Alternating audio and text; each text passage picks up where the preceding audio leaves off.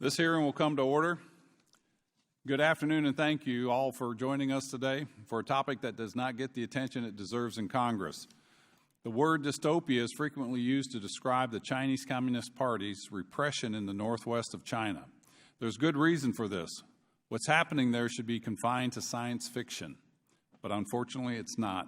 The party calls this region Xinjiang, and those who live there sometimes refer to it as East Turkestan. The Uyghurs, a Turkic Muslim people, have historically been the region's majority population and remain a plurality. Xinjiang falls along the Silk Road. Its capital is closer to Kabul and Beijing, and it remains culturally and ethnically distinct from China. The People's Liberation Army brought the Xinjiang into a modern-day People Republic of China in 1949 by invasion. Today, the party is seeking to eliminate Xinjiang's uniqueness using methods ripped straight from fiction. Authorities have turned the region into a high-tech, militarized police state using cutting-edge technology to subject normal people to pervasive surveillance, including AI, facial and voice recognition, and forced genetic sampling. Authorities compile vast amounts of data on individuals and assign them arbitrary scores, which can drastically alter their lives. In some areas, there are police outposts every few feet. Information, communication, and travel are restricted. Astoundingly, about 1 million people are being detained in rapidly expanding networks of concentration camps, where they are forced to undergo so-called political re-education. That can only be described as brainwashing, brutality, torture, and death. For those who are targeted, even fleeing will not keep them safe. PRC authorities surveil them abroad and punish their families to coerce their silence or force their return. The party has used the specter of terrorism to excuse their abuses and scapegoat the victims. But the truth is, the victims are men and women, young and old, from every walk of life. They are targeted based on extremism. They are not targeted based on extremism. They are targeted based on their religion and ethnicity. The party's so-called strike hard campaigns are specifically intended to surveil, profile, punish, and round up the Uyghurs, Kazakhs, and any Turkic Muslim whose lives are distinct from the party's vision of what it means to be Chinese. The CCP, the Chinese Communist Party's actions, are transparently seeking to destroy normal Islamic religious practices, the Uyghur culture and language, and even genetic concentration of Uyghur heritage in the Xinjiang. Chillingly, the party says their objective is ethnic harmony. Ethnic harmony. Sounds nice. Based on their action, it seems that ethnic harmony means that one is allowed to be different, means that no one is allowed to be different from the atheists, Mandarin-speaking, ardently socialist Han nation. The greatest tragedy of the 20th century occurred when the world stood by as cruel nationalist parties targeted an ethnic minority as part of an evil plan to re-engineer society. Whether it is the genocide of Rwanda, Sudan, or as the full committee highlighted earlier today in Burma, the world has a poor record of stopping genocide or ethnic cleansing. We did have that hearing this morning, and it's just unconscionable that we talk about never again will we allow what happened under the Hitler regime, yet here we are 70 years roughly later, and it's happening over and over again. It is my hope that we can help shine a light on what could be the next of these blights on humanity. As another totalitarian regime, is building crematoriums near its concentration camps, we must speak out with the loudest possible voice. Can there be a clear warning sign? We've been down this road too many times. The sort of human rights violations that the CCP is perpetrating on a massive scale in this district should disqualify the PRC from global leadership. Such abuses contravene the most fundamental rights and basic personal freedoms, yet China remains one of the world's most influential countries, and because of this, few on the international stage are willing to speak out about the PRC's repression and internment of the Uyghurs and others. My hope is that today, with the assistance of our expert panel, we can begin to address this disparity and work towards options for the overdue U.S. policy response to this crisis. And with that, members present will be permitted to submit written statements to be included in the official hearing record.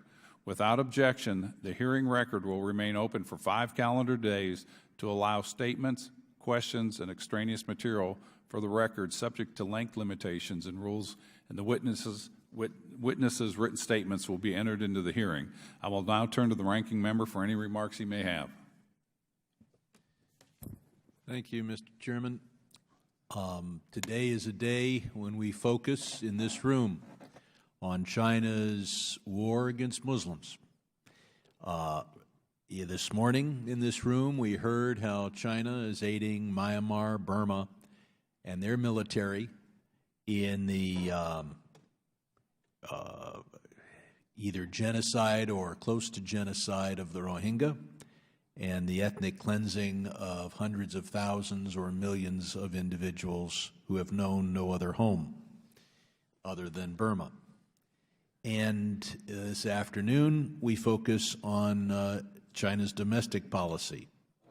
China is repressing its Uyghur population in the province of Xinjiang on a massive scale. The Chinese government has, as noted in a recent UN meeting, turned Xinjiang into something resembling a massive internment camp shrouded in secrecy, a sort of no-rights zone. I look forward to learning more from our witnesses. What China's doing there is terrible. I don't know. I'd have to learn more before I'd endorse the chairman's use of the word extermination or crematoriums. But clearly, what we're seeing is hundreds of thousands, perhaps a million, being held in so-called re-education camps. The people running the government in Beijing are the sons, not so much the sons and daughters, but sons of those who were put into re-education camps during the Cultural Revolution. The fact that they would then turn and put 1 million people into re-education camps, concentration camps, detention camps, in this case, pretty much solely because of their ethnicity and religion, is absolutely outrageous. An article in Foreign Policy noted that the official purpose of the internment camps is to, quote, purify people's thoughts, eliminate extremism, and to instill support for the Communist Party. The idea that you could win friends among people by interning them strikes me as bizarre. Beyond this forced indoctrination, the internment camps allow police to physically remove people from society and then say, well, nobody on the streets of Xinjiang opposes the Communist Party. A report by Human Rights Watch mentions that in 2014, when China launched its so-called Strike Hard campaign against, quote, violent terrorism, the number of people arrested in Xinjiang has increased threefold compared to the previous 5-year period. Chinese repression dramatically scaled up in 2016 when the Communist Party secretary in Tibet relocated to assume leadership in Xinjiang. China is going after Uyghurs living abroad. There are accounts of Uyghurs being sent back by Middle East countries where they worked or lived in violation of international obligations, with these Middle Eastern countries knowing that those Uyghurs will be interned when they are sent back to the clutches of the Chinese government. Further, China suppresses the religious and cultural rights of Uyghurs, as the Amnesty International points out. Its regulations on religious affairs ban many religious activities, and this allows China to suppress basic religious rights. The Chinese government limits the use of the Uyghur language. China detains ethnic Uyghur writers and websites, editors, etc. All these Chinese efforts to weaken and could lead to the elimination of Uyghur cultural identity. The ethnic balance in Xinjiang has changed dramatically. In 1949, that province was only 60% ethnic Chinese. Now it's 40% with its population of the population with 75% of the capital. It's time to call out China. In August, I joined House and Senate colleagues in a letter to the Secretaries Pompeo and Mnuchin regarding this issue. We urge the application of the Global Magnitsky Act sanctions against senior Chinese officials who oversee mass detention of Uyghurs. It called for sanctions against businesses assisting the Chinese officials in mass detention and asked the State Department to condemn these abuses. We ought to especially call out the Muslim countries that are saying nothing, whether that be Turkey, Pakistan, the Gulf states.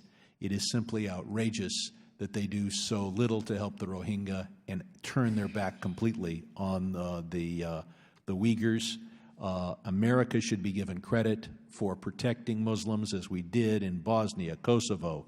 Now we're the #1 aid source for the Rohingya, and we are the leading voice for the protection of Uyghurs. And I notice that at the United Nations, if Israel builds one apartment building, a huge fireworks, whereas China has moved millions of ethnic Chinese into this province, not a peep. And I'm not saying that every bit of construction done by Israel is consistent with a two-state solution, but it is interesting to see how a single apartment building can cause Muslim nations to speak in the most extreme terms and then be silent on what China is doing, both in its own borders and with regard to the Rohingya. I yield back.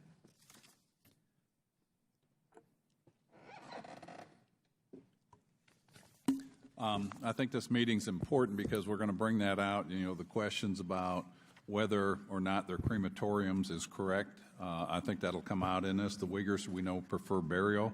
China prefers cremation, and we'll talk more about that. But at this time, with no objections, I'd like to turn to Ms. Comstock for opening remarks. Thank you, Mr. Chairman, and Ranking Member. I really appreciate you holding this hearing today. As both the Chairman and Ranking Member have noted, this is something really important that needs a lot more attention. I'm sorry that this doesn't get more attention, but I appreciate you making the record here today and exploring this further. I wanted to speak also about, certainly associate myself with all the remarks previously made and talk about the horrible atrocities occurring in Northwest China, where reports have surfaced that Uyghurs and Kazakhs have been detained to re-education camps, forcing Muslims to renounce Islam and embrace the Communist Party.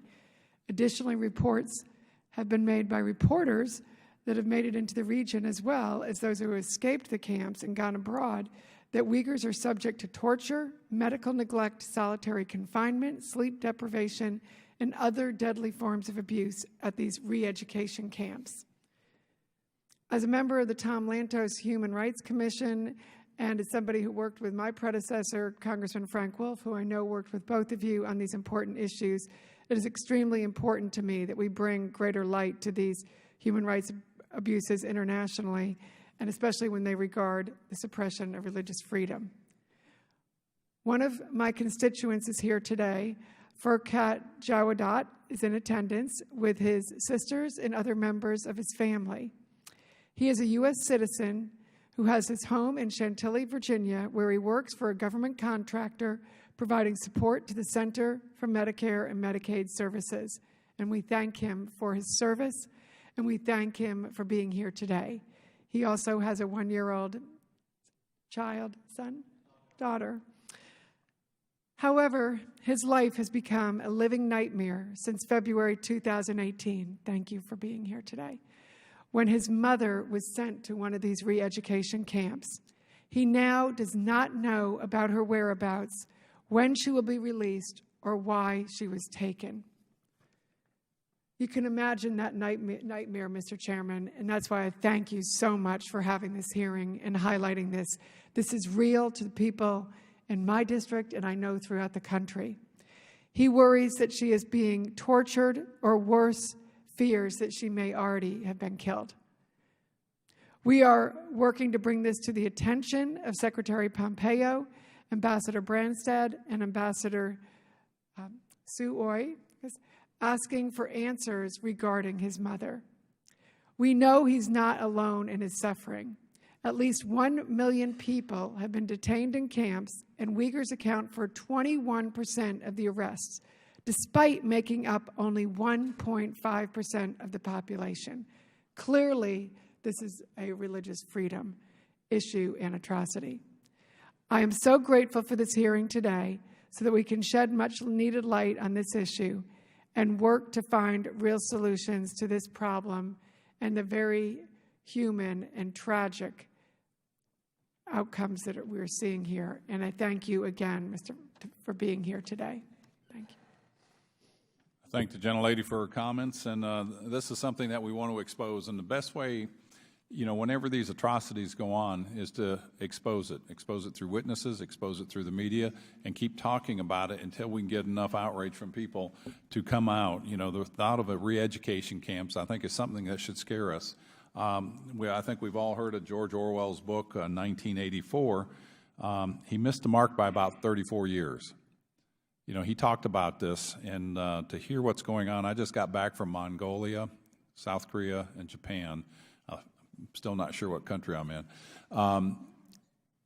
But to hear what the Chinese wanted to do in the Asia-Pacific region with the 5G network is something they can offer to other leaders of other countries and say, look what we can do. We can monitor your systems. We can rank your systems to see if they're a good Communist Party member or a bad one, and if they don't reach a certain level, we can send them to re-education camps. And I think that's going to come out more in this hearing. And so what I'd like to do now is, we're honored to have you guys here, and we're going to have you, I'm going to introduce you, and then you'll have 5 minutes to speak, and I think you all know how to use the system there. Turn your microphone on. The lights will go green, yellow, and red. It's 5 minutes. And we have Dr. Adrian Zenz, a noted expert on China's policy toward minority groups. Thank you for being here. Mr. Nuri Turkle, Chairman of the Board at the Uyghur Human Rights Project, and Dr. Justin Jacobs, an Associate Professor in the Department of History at American University.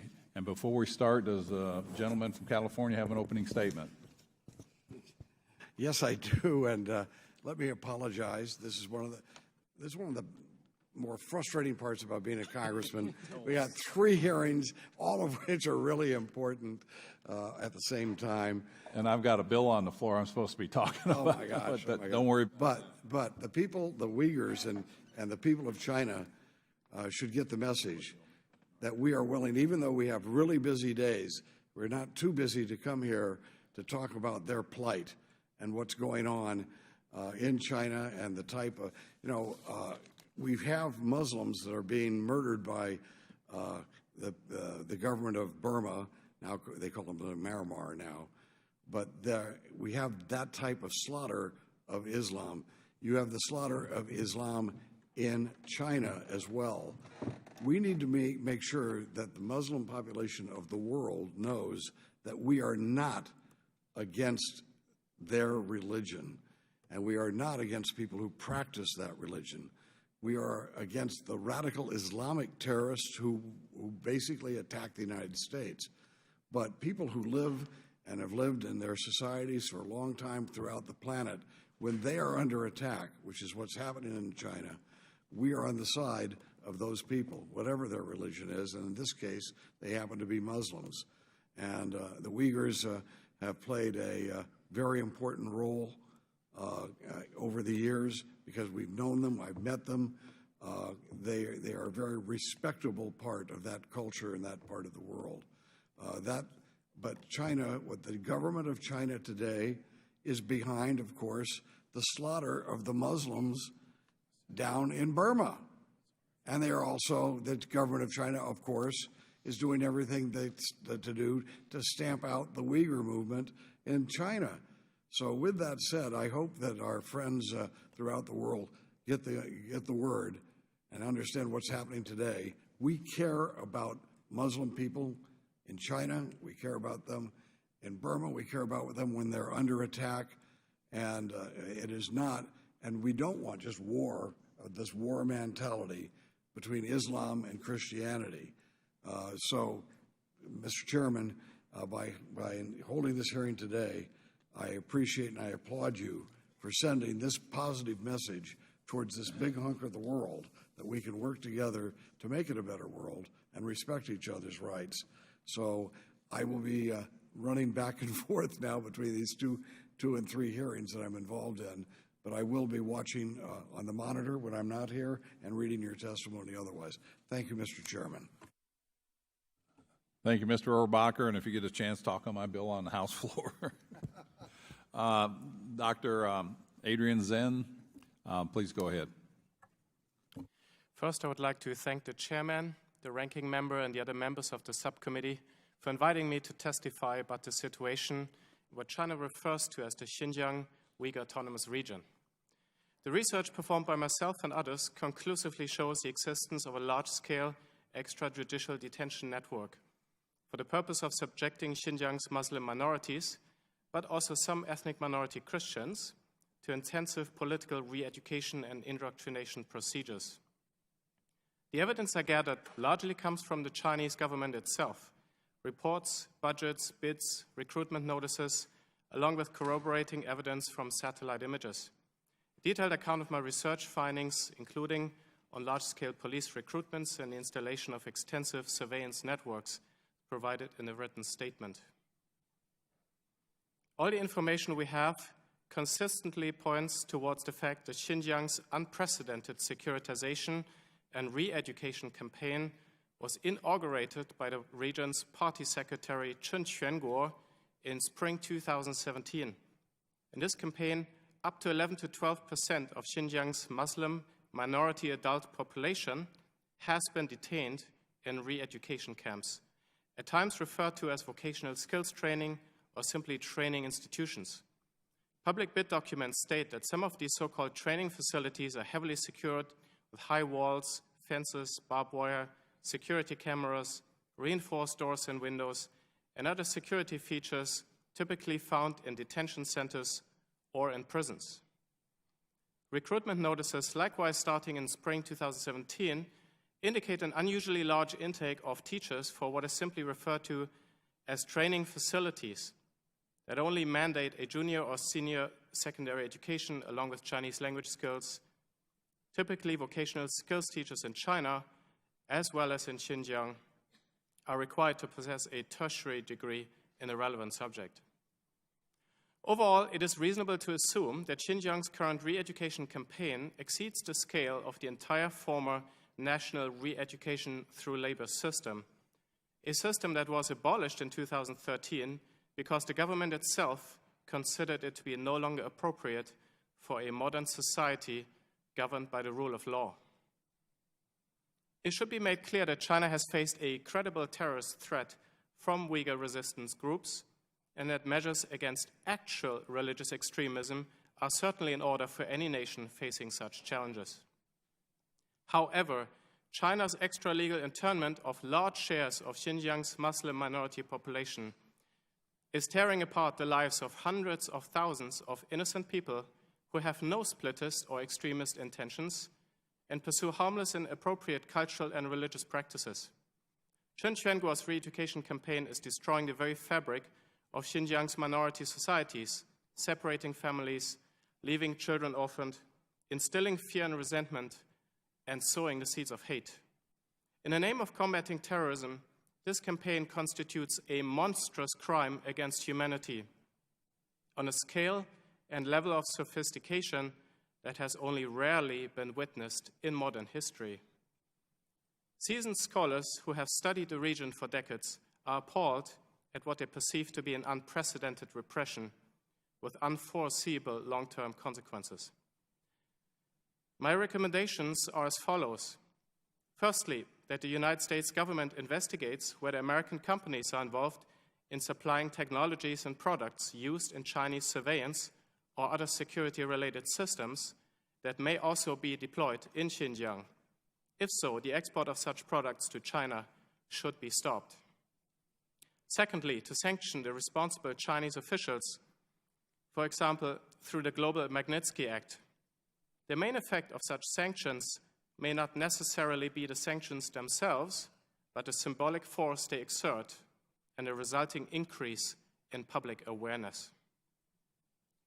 Thirdly, that the government would regularly and consistently speak up in regards to this issue in all relevant contexts, being aware of the fact that the suppression of core aspects of minority identities in Xinjiang is reflective of a wider campaign to systematically curtail social and religious freedoms among both minorities and the Han majority throughout China. Thank you. Thank you for your testimony. Next, we'll go to Mr. Turkle. Thank you, Mr. Chairman, ranking member, and members of the subcommittee for inviting me to attend this hearing. It's an honor to be here before you. The Uyghur Human Rights Project commends the subcommittee for convening this hearing on the U.S. policy response. We would also like to express our appreciation to the subcommittee members who have co-signed the bipartisan letters calling for sanctions and urgent pressure for the release of the relatives of Uyghur American citizens. The human rights emergency facing Uyghur people in China requires an urgent response. For decades, the Chinese government implemented policies of racial discrimination, criminalization of Uyghurs' distinct ethnic and religious identity. In the 2 years since the new party secretary took office, we have seen how these policies paved the way for dehumanization of the Uyghur people. This should raise an urgent alarm about what is next for the Uyghur people in China. It is also important to be clear about the Chinese government's claim to be carrying out counterterrorism campaign, which is nonsense. Prior to 9/11, Chinese government justified repressive policies by claiming to be fighting separatism. Hundreds of political prisoners were locked away for expressing their identity or peacefully protesting government abuse and corruption. After 9/11, the same policies were suddenly recast as counterterrorism. Today, it's very clear that these policies have nothing to do with security concerns.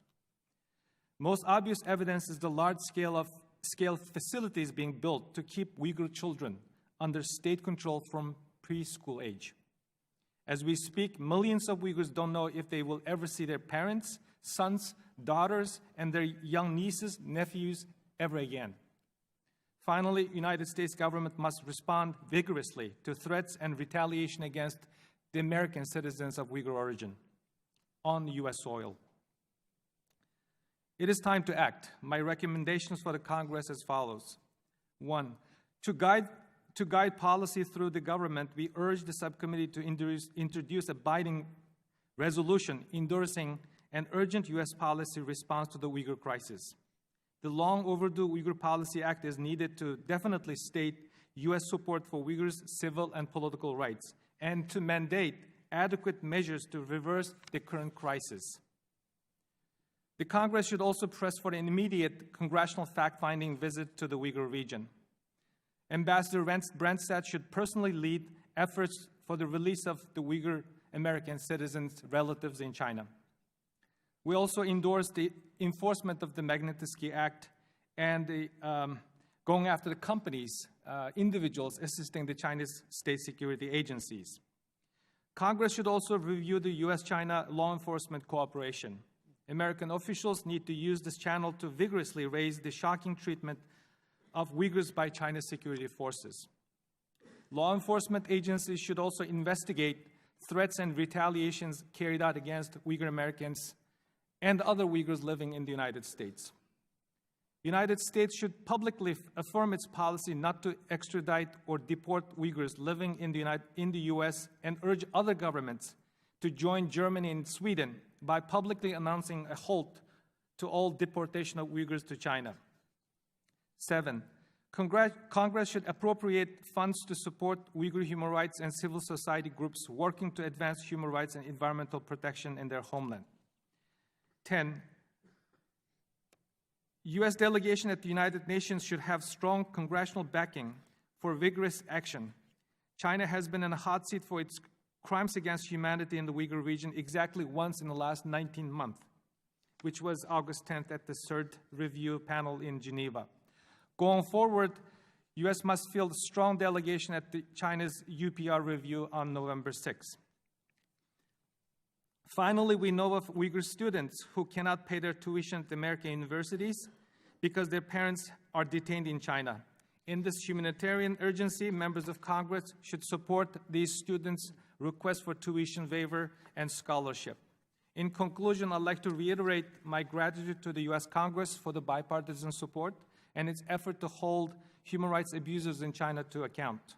Thank you again for the opportunity to shine more lights on the tragic situation facing the Uyghur people in China. Thank you.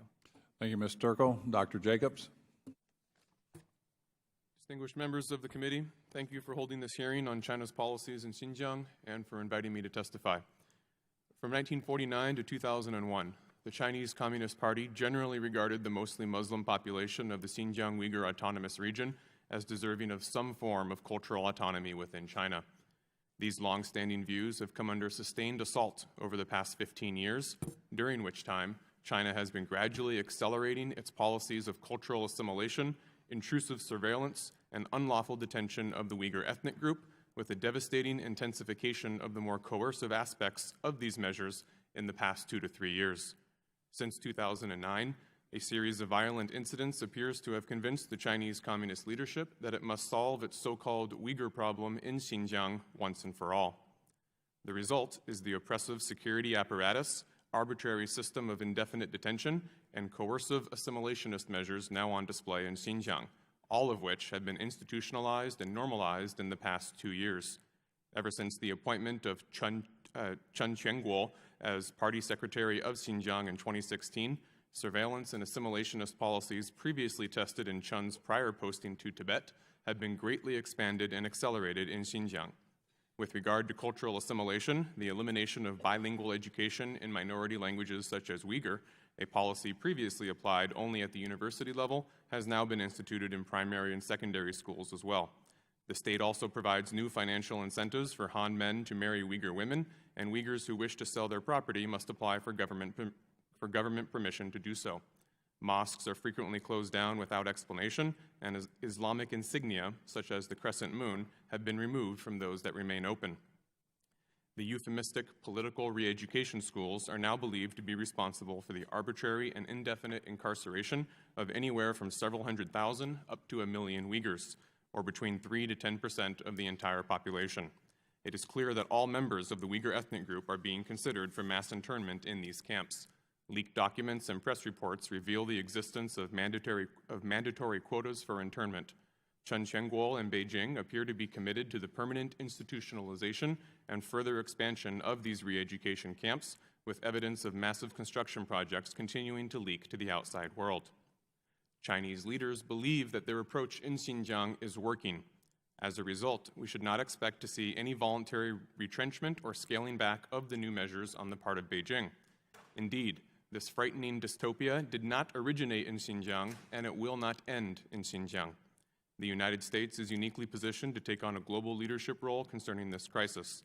Not only have the major global powers mostly failed to confront China on its treatment of the Uyghur people, but even the leaders of majority Muslim countries have until recently tended to shy away from raising the issue with Beijing. Going forward, I believe that there are 4 policy options that may help to ameliorate a few of the worst abuses of the system and encourage Beijing to reevaluate its role in perpetuating a human rights crisis on a scale not seen in China since the days of Mao Zedong. First, in accordance with the Magnitsky Act, the United States should consider the adoption of sanctions against key members of the Chinese Communist Party associated with the implementation of the excessive and indiscriminate policies in Xinjiang. Second, the United States should call for the release of the hundreds of thousands of Uyghurs who have been unlawfully and arbitrarily detained in the so-called political re-education schools and other extra-legal facilities in Xinjiang. Third, the United States should urge the Chinese Communist leadership to avoid excessive and indiscriminate incarceration and surveillance measures that target entire religious and ethnic groups within China. And fourth, the United States should encourage China to uphold the provisions in its own constitution that provide for the cultural, linguistic, and religious autonomy of its minority groups. Thank you, Mr. Chairman and committee members, for your attention and consideration. I appreciate all of your comments, and I think your last statement is there, how China, their constitution says they should incorporate all this and they should be doing all this, but as we see over and over again, China leads by lie, deceit, and coercion. They say one thing, they do something else. It's like when they were telling President Obama in the Rose Garden that we are not militarizing the South China Sea on reclaimed lands that we cannot call islands because islands denote ownership. It's reclaimed lands that we are not militarizing them, and we see over and over again they speak deception while they do underhanded things. Very dangerous place to be. And again, I can't think of anything more Orwellian on the planet than what China is doing. My notes here.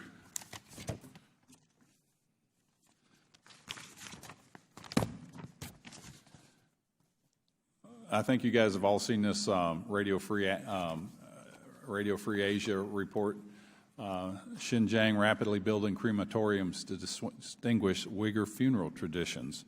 To extinguish Uyghur funeral traditions.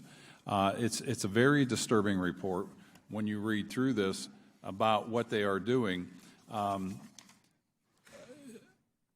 It says, amid concerns over expansion of the burial management centers in Shuar or Xinjiang, a job posting listed on the official government website for the region's capital, Uyghur, Urgimi, I can't pronounce that word, last month, can't pronounce a lot of the words, called for 50 security personnel with above average health who are physically and mentally fit, exceptionally brave, to work in the crematorium located in the city's district for a salary of more than 8,000 yen, and that is U.S. equivalent $1,215 per month.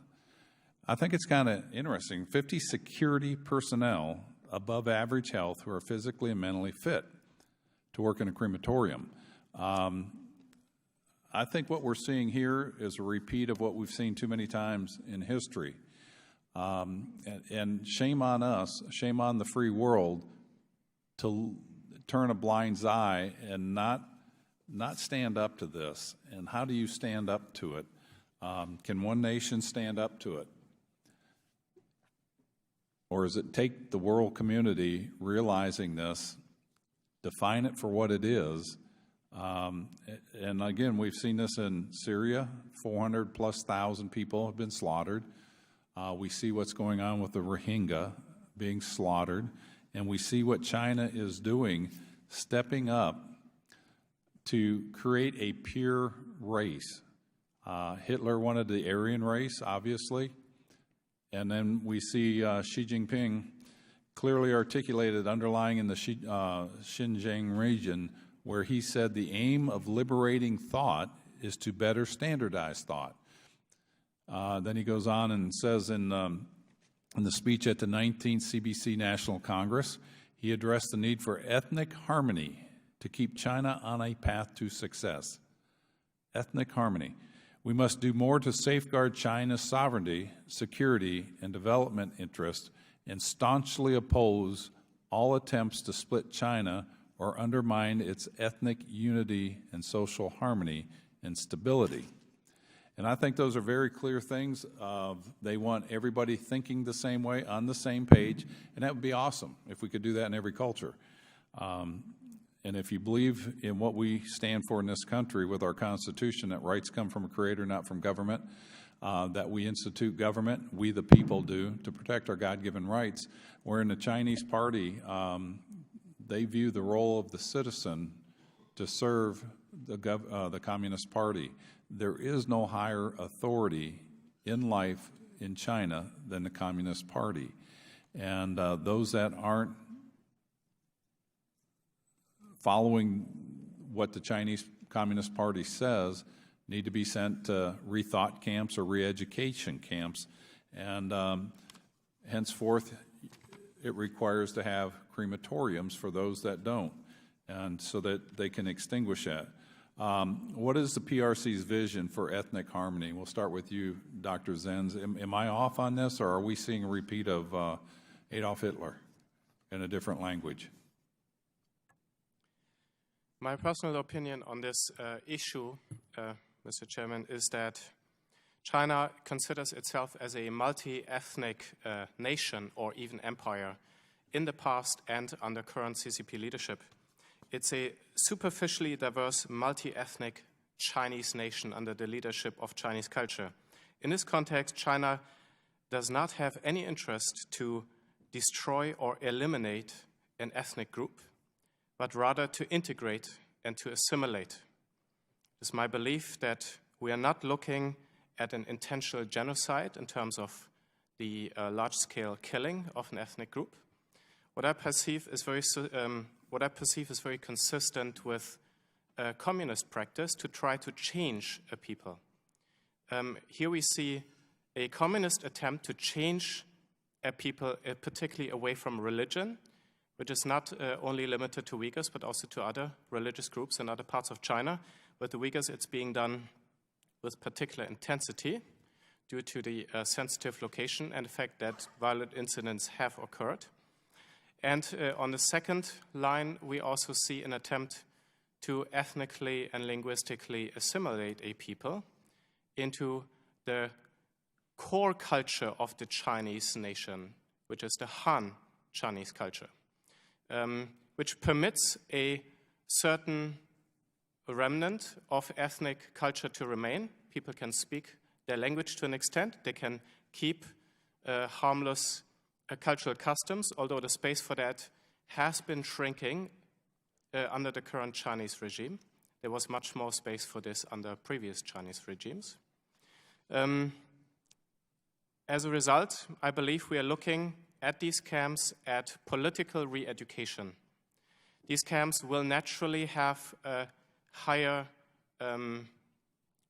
mortality rates due to their conditions. People who are sick and elderly or suffer from mental conditions will naturally die quicker. We will have, therefore, higher mortality rates due to the conditions of these camps. I do not believe that there is an intent to systematically move into mass killing. Of course, I can be proven wrong, but if you ask my opinion, that's what it is. I also believe that the crematoria that are being built, that you refer to, all of China is moving towards cremation by 2020, not just Xinjiang. Of course, this has some very convenient side effects, besides saving room, of course, in a country with a high population density, although Xinjiang province, Xinjiang autonomous region does not have a high population density. It does restrict and eliminate religious practice related to funeral. Many religions, of course, including Islam, have very important funeral rites of spiritual and religious importance.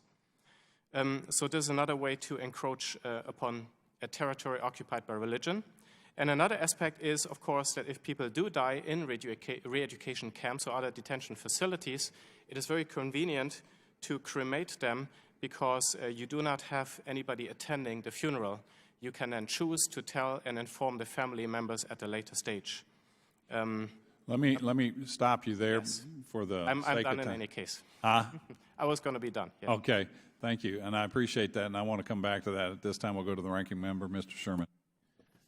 Thank you. I'm glad to, when I heard crematorium next to concentration or internment camps, one harkens back to the Nazis, where they were not cremating those who had died, they were using crematorium in order to kill. That being said,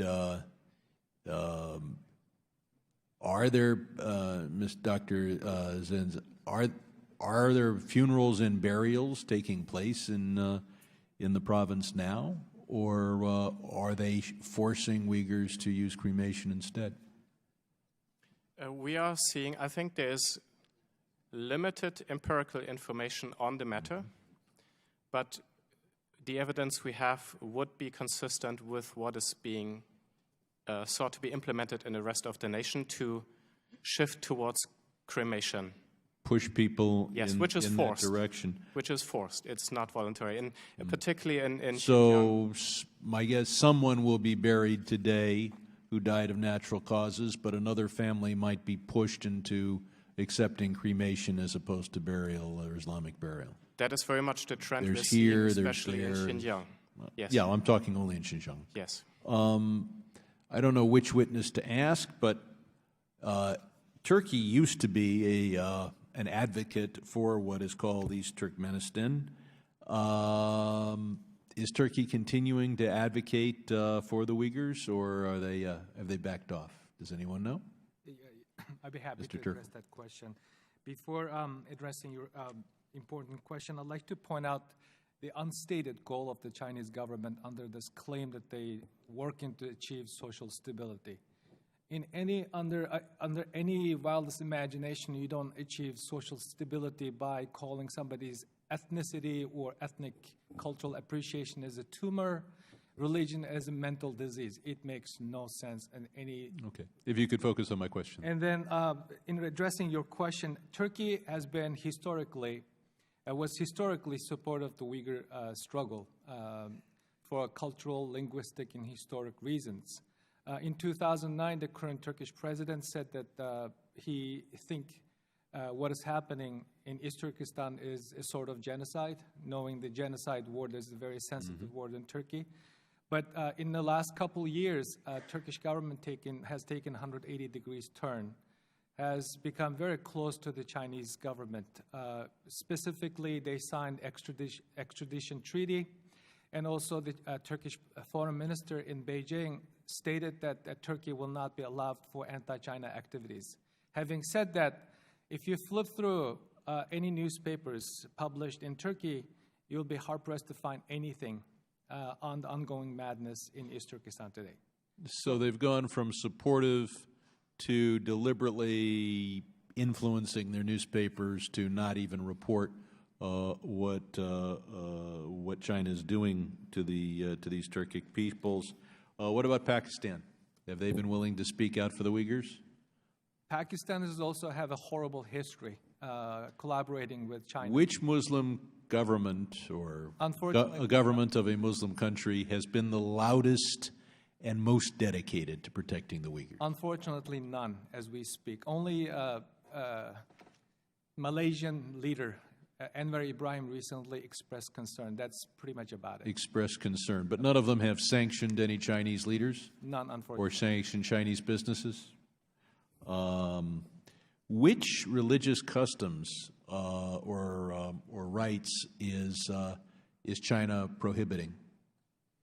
The Chinese government sanctioned pretty much everything related to Islam, especially in the last 19 months. So if you don't eat during daylight in Ramadan, what do they do to Foreign you? Policy magazine listed 48 ways that you'll be considered as extremist in the eyes of the Chinese government under this new draconian regulation imposed April 2017 that sanctioned a normal beard, adherence to Islamic diet.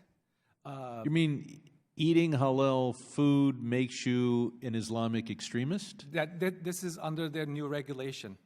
Their policy papers been written, their reports have been published on this particular issue. Foreign Policy magazine lists 48 behaviors that you and I... And the Foreign Policy magazine is translating a Chinese regulation That's correct. that says you are classified an Islamic extremist and subject to internment if you eat halal food. Even greeting in Islamic way. Today, Uyghur families cannot even say Assalamu alaikum as part of their culture. So they're basically prohibiting the practice of Islam while not allowing perhaps a vague Islamic cultural identity. And the Muslim nations of the world lift not a finger. That's the ironic world that we find ourselves today, unfortunately. I yield back. Next, we'll go to Mr. Rohrbacher from California. Thank you very much, Mr. Chairman. Let me ask the panel, didn't Mao have a period of time after he took over where he was it let 1,000 flowers bloom or something like that? Do you remember what I'm talking about? And apparently there was, in order to calm people down about this new power structure in China, it came off as if that, well, it's not going to be so bad after all.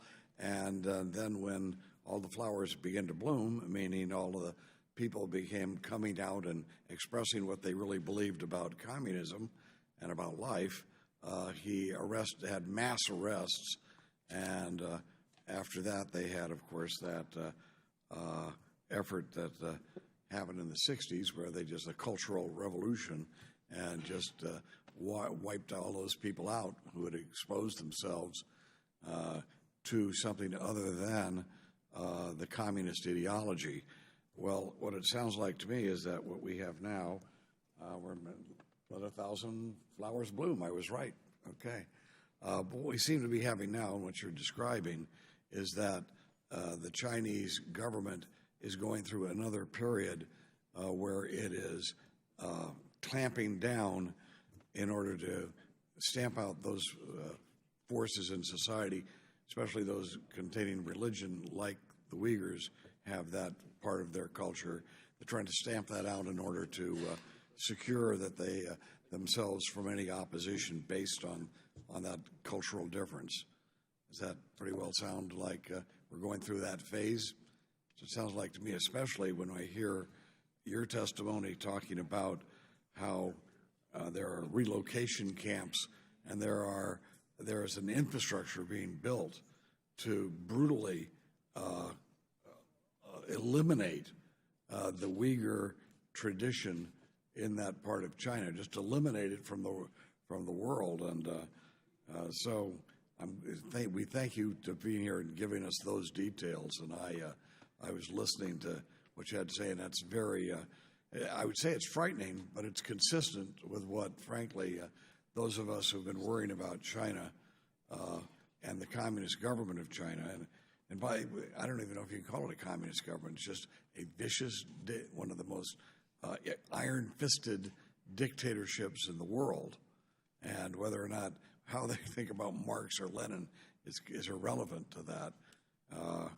However, when you have a group that might be opposing that, who has a religious conviction, the Uyghurs are finding that out now, but you've had the Falun Gong, as you know, have had a very, very peaceful-oriented philosophy, or a spiritualist-type philosophy. They're being brutally repressed, being murdered, and their organs are sold to Westerners at times.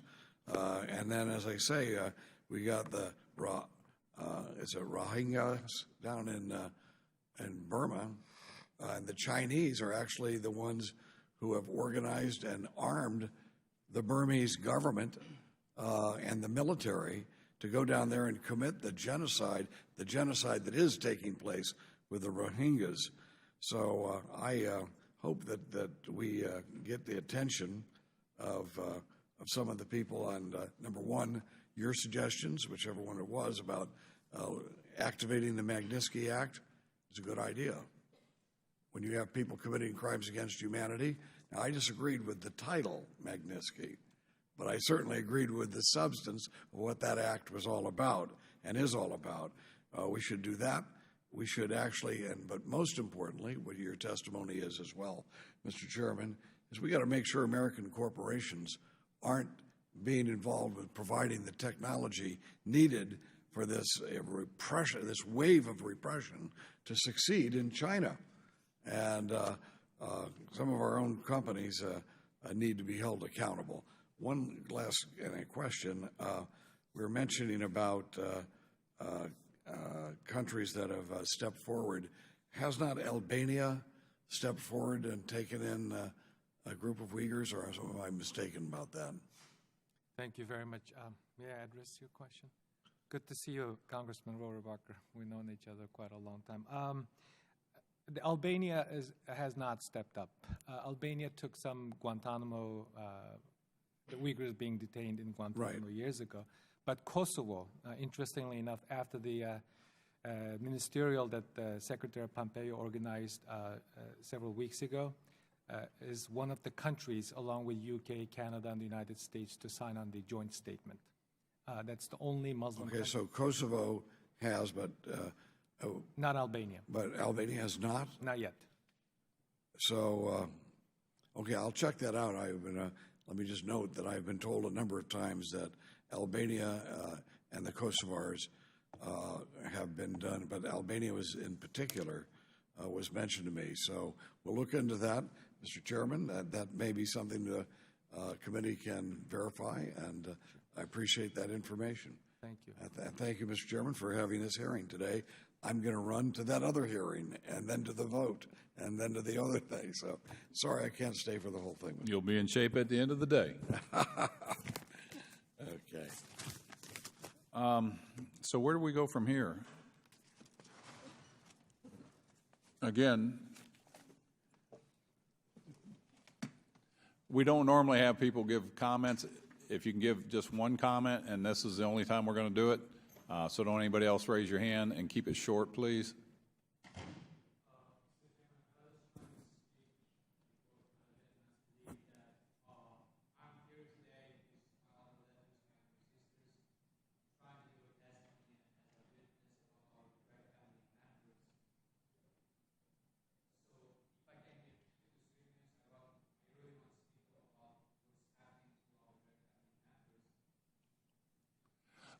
Let me address that after Mr. Shabbat's. Thank you. Thank you, Mr. Chairman. I will be very brief. I'm trying to do two things at once here. I apologize. I was in the back room with a meeting with some folks from Puerto Rico. Which one is it here? I don't know what thing it is. I had it, but it got turned over for the meeting back there.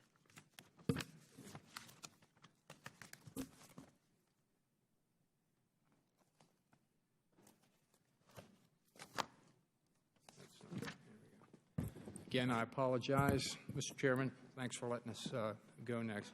Let me begin by just saying, having served as the chair of this subcommittee for a number of years and having traveled through the region that's, the Asia-Pacific region a number of times, I think many of us are very aware of China's terrible human rights record.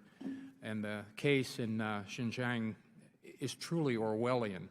Uyghurs are routinely subjected to the most extreme and really absurd surveillance. They face random checks, restricted freedom of movement, and they cannot travel abroad. Worse, authorities have made extensive use of video surveillance, facial recognition, and artificial intelligence to track every Uyghurs' every move. Most dystopian of all, authorities also maintain detailed records on Uyghurs, including DNA samples, eye scans, and blood types. Unfortunately, Beijing has spread its repression well beyond Xinjiang. Uyghurs around the world, including here in America, often face threats to their families at home unless they comply with Chinese authorities' demands and help monitor fellow Uyghurs. Beijing claims to be worried about terrorism, but every country faces counterterrorism challenges without locking up over 1 million people. And the bottom line is Beijing is terrorizing their Uyghur population, and it's just unacceptable. So just a couple of questions, and I would welcome any of the gentlemen here to respond. Over the past couple of years, the situation in Xinjiang has worsened considerably, and we know that China's economic influence is quite comprehensive and can be pretty daunting. And Mr. Sherman got in this to some extent, but I'd like to go a little bit further. And I would ask, to what extent has this influence caused other countries, particularly some of the larger Muslim population countries, to overlook or refrain from public criticism China's treatment of the Uyghurs? And I would offer that to anybody who might. Mr. Turkle, you might be the best person because you touched on it before. There are a couple of possible ways to answer that question. One is to those Muslim countries, it appears that the Uyghurs happen to be a wrong type of Muslim to show sympathy. You said the wrong kind of Muslim? Yeah, and then the other possibility is that China happened to be the wrong type of adversary for them to take on. And then finally, this committee held a hearing about Chinese coercive influence campaign that have been very effective in the Muslim countries. There was a question about Pakistan. Pakistan has been very supportive of Chinese effort to silence the Pakistani Uyghur citizens even. And in the Gulf states, particularly UAE, Egypt, has a horrible track record of deporting Uyghur students, which has been also reported by various media outlets. And the Malaysia, in a previous administration, has also deported some Uyghurs. In the refugee issues, they have been very, very cooperative with the Chinese government. But on the moral issues, they have been looking the other way. Thank you. And I think I've got time for one more question, Mr. Chairman. It's my understanding that some members of the Uyghur diaspora have been targeted by Chinese authorities. And I would ask, how have Chinese authorities sought to co-opt or coerce or punish members of the Uyghur diaspora around the world, and particularly here in the United States? They use two different methods. One, they use their remaining family members of China as a leverage against the free Uyghurs who has citizenship in Europe, in North America. So by using their family members, they silence public criticism. And then we had also recently Voice of America that are reporting on a public event here in Washington, D.C. It specifically states that none of the Uyghurs who spoke with the reporter were comfortable disclosing their names. I can assure you that many Uyghurs today living, breathing in this free country, afraid of coming to this hearing. Yeah. So the Chinese export of its oppression and the psychological damage, emotional damage, the crippling anxiety that they have caused is immeasurable in various communities, particularly in the Western societies. Thank you. Mr. Chairman, if I could just conclude, I think what was just said, it's very disturbing when one considers that people would be fearful, people living here in the United States would be fearful to come to a hearing before the United States Congress because of what might happen across the globe to their relatives back home. And I think that the administration ought to look into this, and we ought to do everything possible to make sure that people know that in the United States it truly is a place to be free, and one ought not to have to worry about their relatives being harmed back home from the PRC or anybody else. I yield back. No, I think you're very, very spot on. But you look at the long arm, the reach of the Chinese government now with the intelligence they have, with the technology, and then look into the future when we get closer to perfecting or artificial intelligence, and then put in quantum computing. That'll be light years of where we are today. The control they can have on society over here for the people back home, as you just said, they'll be afraid to speak up. And I find it very disturbing because we've seen this throughout history. If you don't fall in line with the government, we want you to report. We want you to report your neighbors on these so-called re-education camps. And the only place I know of them in modern time were in Nazi Germany, in North Korea, and now we see them in China. Have you guys talked to many people that have ever come out of the re-education camp? I mean, what is the average time in a re-education camp, and how many people come out? Mr. Turkle? Not many. We have only a handful of former detainees whom have been speaking with Western media. There's a Kazakh citizen who has been testifying and told us stories of 11-month ordeal. He's a Kazakh citizen traveling in China, and he came out and described his experience in those camps, and his parents had been taken away. And he apparently could not continue to live in Kazakhstan recently have been relocated to Turkey. And Radio Free Asia recently went to Turkey to interview the actual victims of those detention facilities, and their accounts have been heart-wrenching, going through torturous condemnation, denunciation, renunciation of their identity, watching so-called anti-separatist videos, praising Xi Jinping, singing red songs, very poor health condition, diet. Even today, last night, I read a Radio Free Asia report about 32-year-old young woman died in one of those detention facilities. And earlier, Radio Free Asia also reported 82-year-old Islamic scholar who was apparently tortured to death in prison. And as reported recently, his entire family have been taken away. And one thing that we need to point out here, the Chinese government is attacking Uyghur intellectuals, Sure. elites, business leaders, musicians, athletes. Just reported last night again by Radio Free Asia, the vice president of Xinjiang University, former president of Xinjiang University, Medical University, and the 4 top officials at Kashgar University all have been taken away. And the person who was in charge of educational affairs, reportedly by Radio Free Asia, imposed death penalty, which is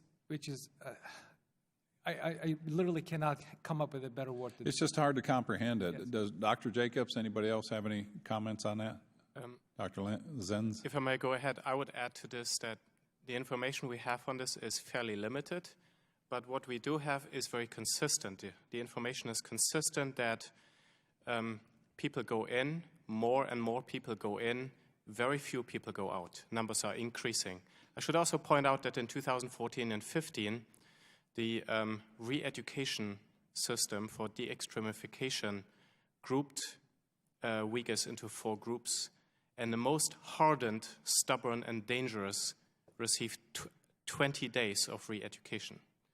These days, it's unheard of that anybody would be detained on no crime at all, no suspicion, no charge, no nothing whatsoever, and be released in as quickly as 20 days. It's unheard of.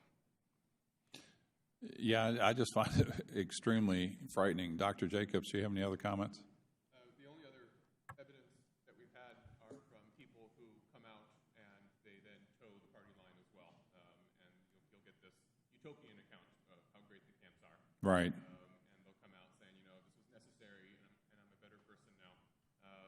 The only way you're going to get contrary testimony to that is by people who have been able to leave China and are not afraid of family members back home suffering repercussions.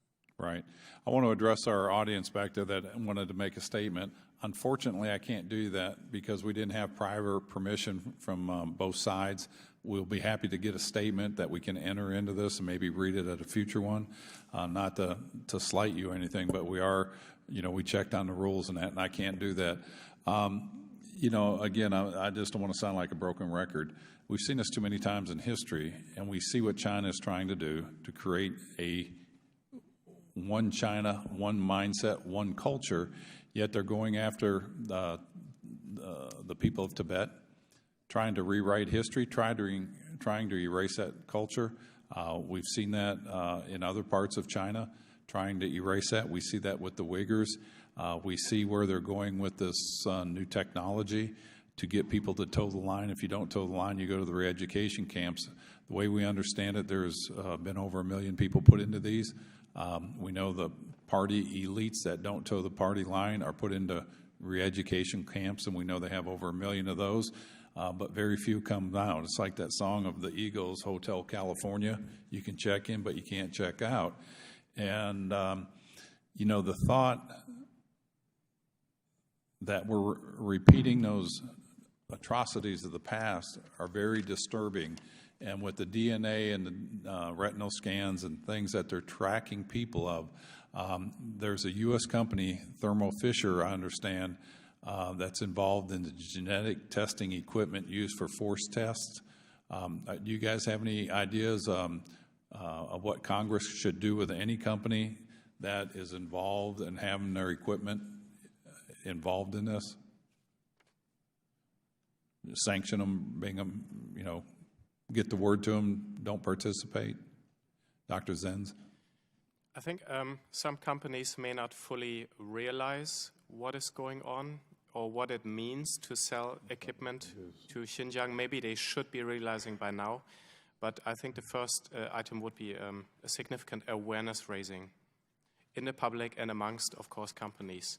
Elevate the issue and then issue relevant decisions on it. But I think especially the publicity, the awareness, and also the cost involved.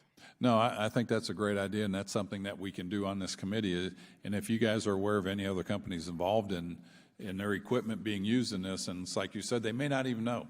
But if we can get that to them and bring an attention to this, I would think our companies would say, you're not using our equipment. I find this shocking. This is deeper than I thought. The control that China is doing, and some of the reports I read that they talk about there is no higher power than the Chinese government, no deity, nothing else. And I'm so glad that we're in this country where we realize our rights come from a creator, not from the government, and that China wants to turn everybody into a policing state, and then they have the technology to make sure that they can follow through with that. What we plan to do on this committee, and it's happened so many times, the information we deem from you will go into resolutions, letters to the different companies, different entities that are involved in this, and we've got some good results out of this. We've got the Cambodia Democracy Act that Hun Sen would never, their cronies around him said would never go anywhere. Their media attacked us, yet that bill got passed here in the House, and we're going to continue to do things like that. The DPRK Act, the Taiwan Travel Act, those are all things that came out of committee hearings like this that we put pressure on those countries, and we're going to continue to do that. Again, I just find this very disturbing, and I hope anybody that's listening to this, that's in this audience, you see George Orwell's 1984. It is here, and it is real, and this is the beginning of something that could be really catastrophic for the rest of the world. And I think this is something that we need to get the message out for the family members that are here. You're practicing Uyghurs, and you have family members either left in China that are going through this process. Stay strong, keep the word out there, keep us informed. It's shining the light on it through committee hearings like this, getting on the news, and I know you put yourself at risk or your family at risk, but if we go down the road and we do nothing, we will look back and have the regrets, and we just want to make sure we don't make those regrets of the past. With that, this meeting is adjourned. I appreciate everybody being here, and thank you for your input.